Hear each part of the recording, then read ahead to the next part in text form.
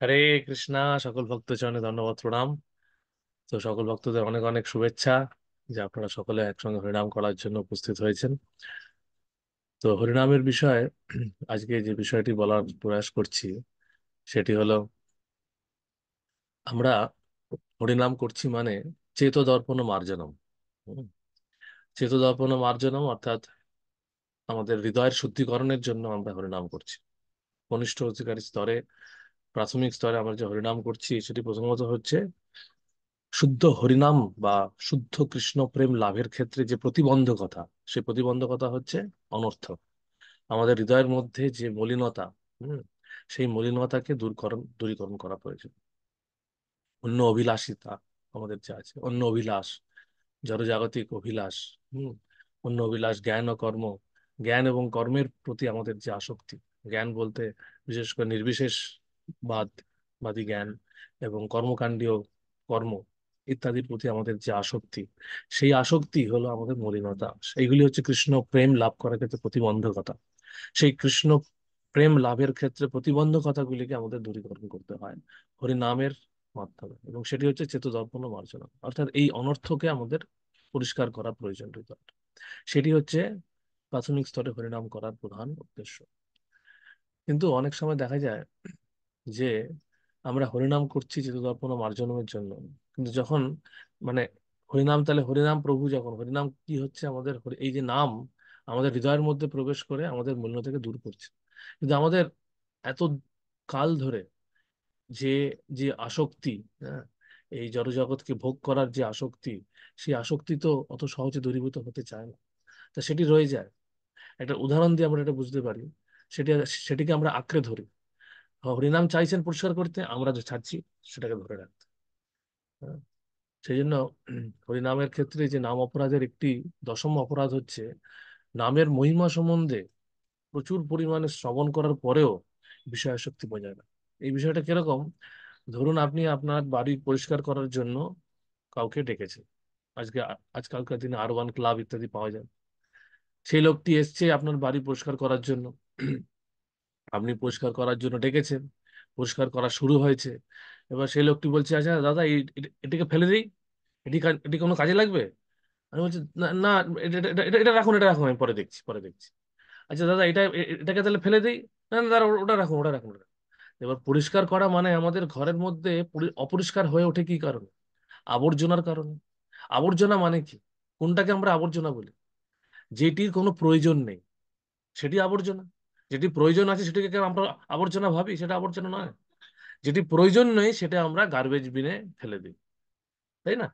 এখন কথা হচ্ছে যে আমরা যখন এরকম পরিষ্কার করার লোককে ডেকে আনি, তারপরে সে যখন গার্বেজ পরিষ্কার করতে যায়, তখন সে যদি দেখে যে না, এটা আছে, সেটা, এটা রাখবো, ওটা রাখবো, সবই রেখে দিতে চাই।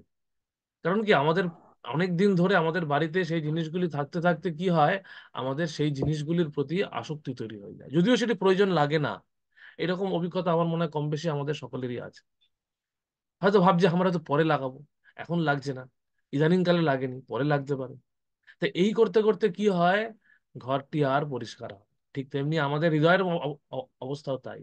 হৃদয়ের মধ্যে আমাদের বিভিন্ন প্রকার বিষয়ের প্রতি আসক্তি এতদিন ধরে, হ্যাঁ, থেকে গেছে, যে আমরা হরিভক্তি করতে এসে, কৃষ্ণ অমৃত অনুসরণ করতে এসে বুঝতে পারছি যে এগুলি অনর্থ, এগুলি প্রয়োজন নেই, এগুলির কোনো দরকার নেই।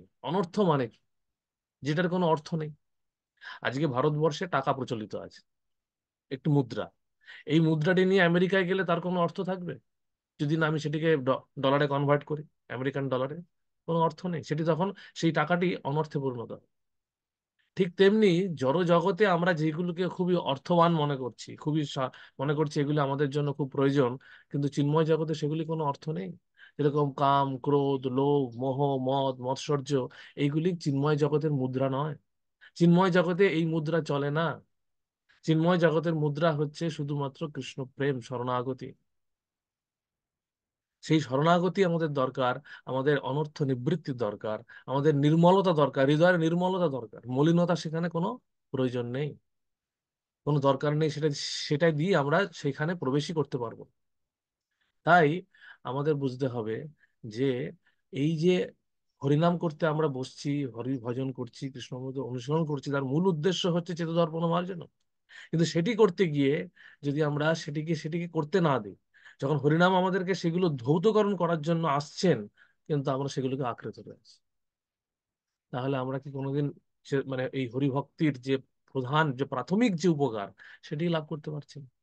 তা আমাদের সেটা সবসময় মনে রাখতে হবে যে আমরা যেন এরকম আঁকড়ে ধরে না বসি।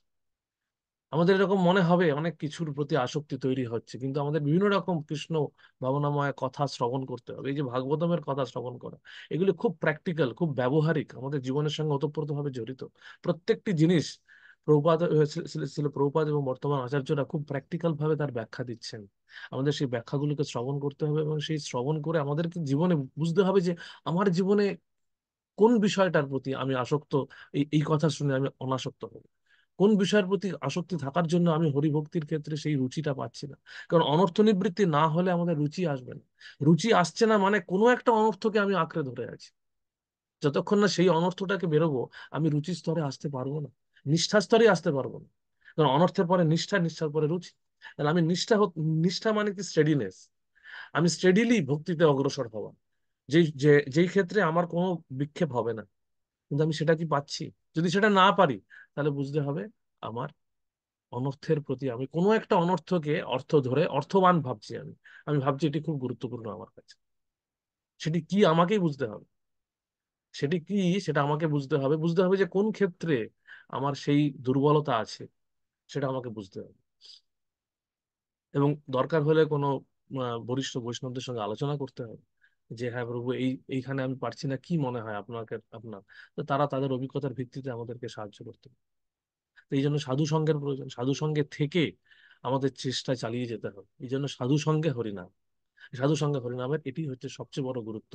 যে আমরা চেতদর্পণ মার্জনের চেষ্টা করছি, কাম ক্রোধ মোহ লোভ মদ মাৎসর্য, এই 6টি ষড়রিপু, এর মধ্যে কোনটির প্রতি আমার আসক্তি, কোনটি আমাকে বিরক্ত করছে, কোনটি আমাকে আমার আমার নিষ্ঠার, আমার হরিভক্তির ক্ষেত্রে নিষ্ঠার ক্ষেত্রে বাধা হয়ে দাঁড়াচ্ছে, রুচির ক্ষেত্রে বাধা হয়ে দাঁড়াচ্ছে, কোনটির জন্য আমি হরিনাম করতে আগ্রহ পাচ্ছি না, আমি জোর করে করছি, সেটা আমাকে বার করতে হবে। এবং মনে রাখতে হবে সেরকম যেন আমার না হয় যে কোনো জিনিসের প্রতি যেরকম আমার আসক্তি থেকে গেছে। আমি ঘর দুয়ারকে পরিষ্কার করার জন্য চেষ্টা করার জন্য লোক ডেকে এনেছি, আমি তাকে টাকা দেব, আমি পরিশ্রম করছি, কিন্তু শ্রম ওই ওই কেবল হয়ে গেছে। সে পরিষ্কার করতে এসেও তাকে দিয়ে আমি পরিষ্কার করাচ্ছি না। হরিনাম নাম প্রভু রেডি, আমাদের হৃদয়ের মধ্যে প্রবেশ করে প্রস্তুত, তিনি পরিষ্কার করবেন, ঝাড়ু দেবেন, সব জিনিসকে ময়লা ফেলে দেবেন। কিন্তু আমরা বলছি না না না, এইটা থাক, ওইটা থাক, সেটা থাক। তাহলে ঘর সেই আবর্জনা আবর্জনায় থেকে যাচ্ছে। আমাদের সবসময় সেটা মনে রাখতে হবে, যাতে করে আমরা সেই হরিনামকে চেতদর্পণ মার্জনাম করার সুযোগ প্রদান করি অনাসক্ত হয়ে। আমাদের আসক্তি থেকে বেরিয়ে আসতে হবে, কিন্তু তার মানে এই নয় যে আমাদের দায়িত্ব থেকে বেরিয়ে আসতে হবে।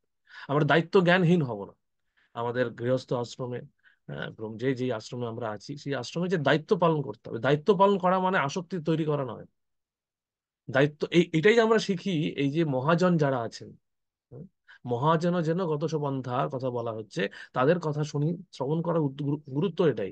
জনক মহারাজ তিনি রাজা, তারপরেও তিনি মহাজন কি করে তিনি হচ্ছেন? তাহলে মহাজন হয়ে, শুদ্ধ কৃষ্ণ ভক্ত হয়েও তিনি রাজকীয় দায়িত্ব পালন করছেন। আমরা তো শুধুমাত্র পারিবারিক দায়িত্ব পালন করছি।